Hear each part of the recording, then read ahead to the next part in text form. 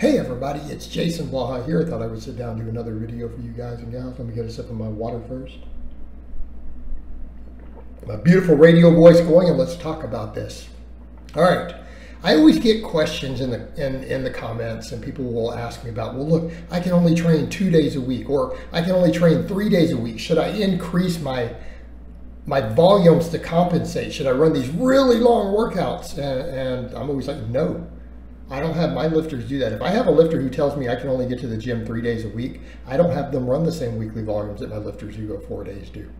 All right, my optimal for a lot of my people is 4. I run some of them at 3, but people who train 3 days a week is usually because they can't handle as much volume. They don't have as much gym time, recovery and time issues. We don't do more training, they do less. Okay, and I'll get to that in a minute. The worst case are when I get people, and I get them, they're like, well, I can only get to the gym twice a week. So I do this really long full body program. Why do I hurt? Why are my results less than I would want? Because you're doing a really long full body program. Okay? And we need to be clear on that. People bring it up like, why am I just so beat up? It's like, I'm only training twice a week. I had someone say, I'm only doing like 14 total, but I do all compound movements because I have to get everything done in one day. So I'm doing all big compound movements, all hard sets. I'm doing 14. I'm just exhausted for days. Well, yeah, what do you think's going to happen? What do you think's going to happen? I mean, even me, you see me, do guys do what, about 12, maybe a little more, but throw in some lighter stuff at the end. I do about 12 sets per workout, and not all of them are big movements. The only time they are is like my chest and back day. It's one day, and it's only 12 sets, and I stop there. And you know what? It's fairly fatiguing. But I'm also not trying to throw legs in with all of that. Trying to do squats and everything else. All right, here's your problem with it. Here's why you're getting lackluster results. You can only adapt to so much in one workout. And we need to be clear here. This is one of the reasons I am saying, I've said full body doesn't work that well for more advanced lifters. If it does, you have to make compromises. You're gonna have to have favorite body parts. You have to train them first. That literally might mean you're training your arms before you squat. Because in the end result's gonna be your squats and your legs are gonna grow weaker. As you get in deeper into a workout, your ability to recruit upper threshold motor units seems to go down. And it's not just localized. We know that happens with localized fatigue. And we would say, well, if you did back and then biceps, it wouldn't matter from the localized fatigue because you were working biceps all the way through the workout, okay? So the biceps still got the highest threshold muscle fibers hit early on, and they're just getting tired. And that would be the case oftentimes if you're hitting a smaller number of body parts. However, when you're hitting different body parts, guess what? After you get a few sets deep into the workout, your ability to work harder goes down. And what happens is that your nervous system will no longer get as many of the fast twitch fibers. That's the ones that grow the most. When you're a novice, your slower twitch fibers can grow a lot more.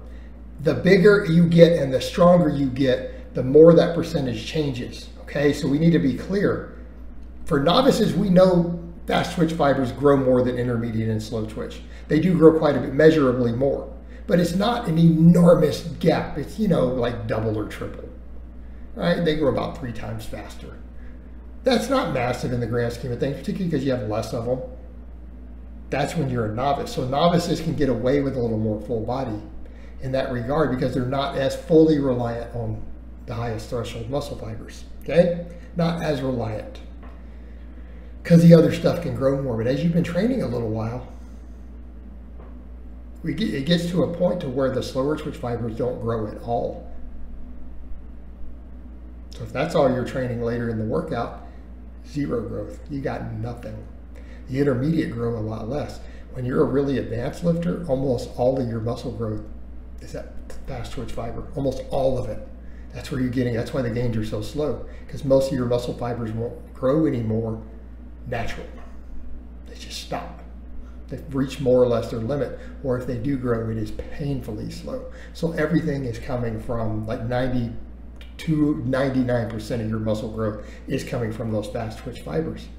Well, guess what? If you can't recruit them later in the workout, those body parts are just simply not going to grow. Case in point, I struggled with arms for years doing a lot of that training arms at the very end. What happened? Other than the period of time where I was training the least, I noticed I had bigger arms at that point. I went back and saw old clips when I was only training 2 or 3 times a week at the most. I had a bunch of stuff going on in my life and my workouts were shorter. And I actually would come in and do chest and arms and stuff sometimes is the only thing I did. Or maybe do a set of deadlifts and then just do chest and arms the rest of the day, right? Chest and triceps or whatever. They were bigger. Arms were bigger than a few years later. Yeah. So again, we come over to that, well, you're going to have muscles that don't grow because you can't just do it all in one workout. There's a limit to what you can stimulate in one workout. You can only do so many hard sets, and how many of them is going to depend on how big the movements are. So if you're doing your lower body the same day as the upper, you may not get much upper body growth because you've used all your energy on the lower on those days. So what I would suggest to people, no, you can't just come in and do more. If you can only train twice a week, I would never do full. That's why when you guys saw certain people were putting out programs like, oh, come and do full body twice a week for 3 or 4 hours. It's the reason those people were all tiny. It's the reason it didn't work. They bought into it and it didn't work. The guy doing it was bulking hard on some stuff. It helped. I'm sorry, natural. Everybody's natural now. I'm natural now too, by the way.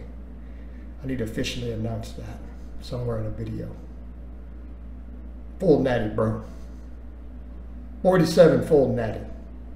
I'm doing awesome. All right. You know, he was natty. He had really good, really good genetics. And he worked really hard. He bulked hard. So those people didn't get results, and that's why. You can't do that and expect it to work. So what I'm going to tell people, you're going to have to split it up. If you can't get to the gym as many days, you can't just cram everything in. You may have to accept that a muscle's only going to get hit once a week, and that's fine. We can make gains on that. Okay? You could do an upper lower. You could split the split further out, but I would tell people, you know, there's a point where you go, are you sure you can only get to the gym twice a week, or you just only want to go twice a week?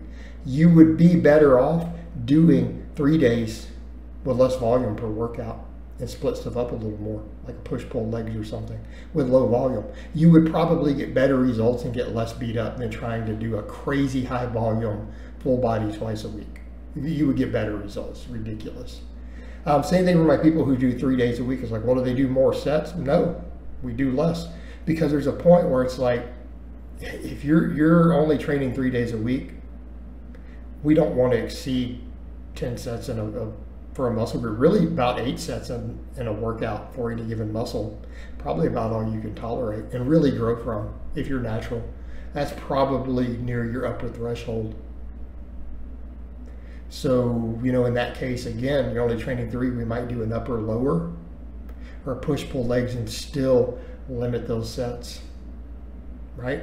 And if we do an upper lower, we might still only do 5 or 6 sets, right? For those muscle groups. Keeping in mind, because if we're too fatigued, the muscle groups that we train last may not grow. All right, guys, but that's really all I have to say on that today. I hope it's been informative, and I'll talk to you guys and gals next time.